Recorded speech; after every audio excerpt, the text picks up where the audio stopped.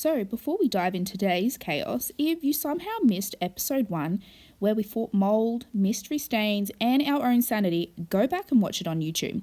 Because this was the van when we first got it.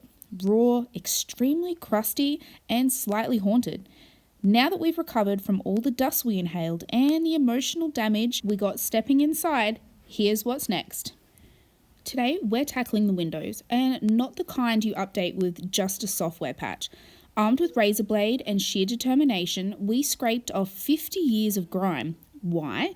Because we're sealing the windows with silicone instead of dropping thousands on new rubber kits. DIY or die trying, right?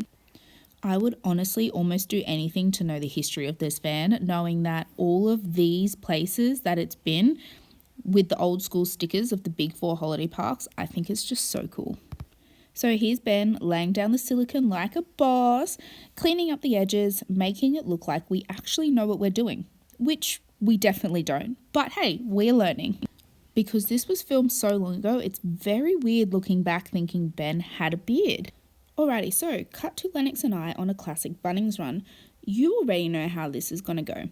So we're hunting colour cards, dreaming big. Think white walls, maybe a black kitchen, possibly a soft washed out caramel tone, because we're classy like that. Vinyl flooring, yes. Handles, obviously.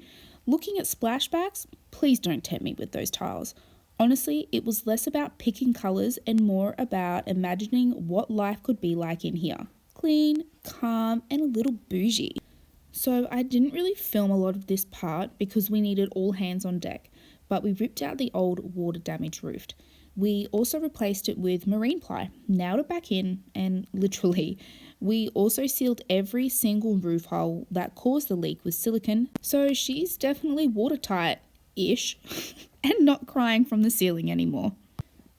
Then came the quad trim. That little roof edging stuff. We used liquid nails, gap filler, and maybe a little prayer.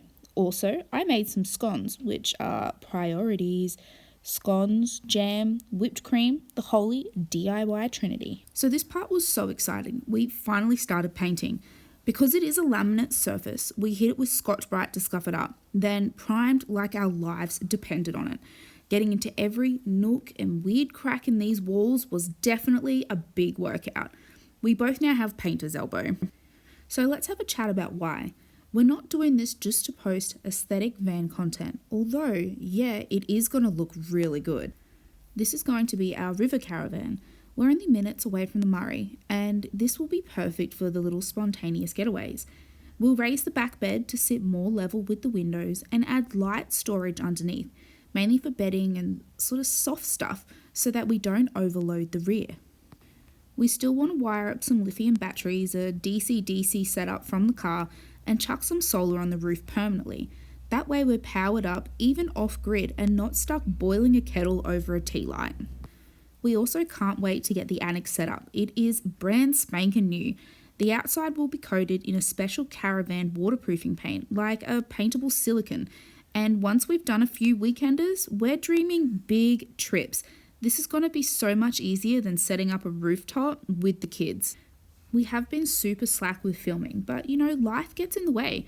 Kids, MX, track, work, Most weekends we chip away bit by bit. Considering how much we've primed already, we are absolutely stoked. And yes, this is just the primer. The real colour will go on soon, but doesn't it already feel 10 times bigger? So it was at this point that Ben ducked off to turn on the water sprinklers at our local MX track. The motocross culture down here in Victoria is so very different to Queensland. And while he was gone, I may have primed more than half the caravan. I cut in around the kitchen and I finished a heap of it off. Ben got back and he gave me, that look. Proud, surprised, slightly afraid. We may never know. Hey! You got paint on you! Good job, darling. Looks amazing. Do you like my cutting lines? Fantastic.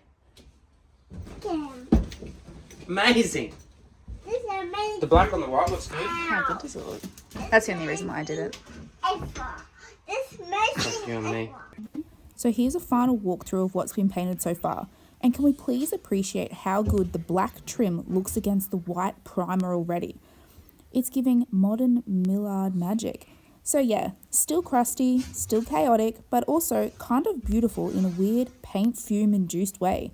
See you guys in part 3, probably still covered in primer and fighting over colour cards at Bunnings. Don't forget to like, subscribe and follow along with the chaos.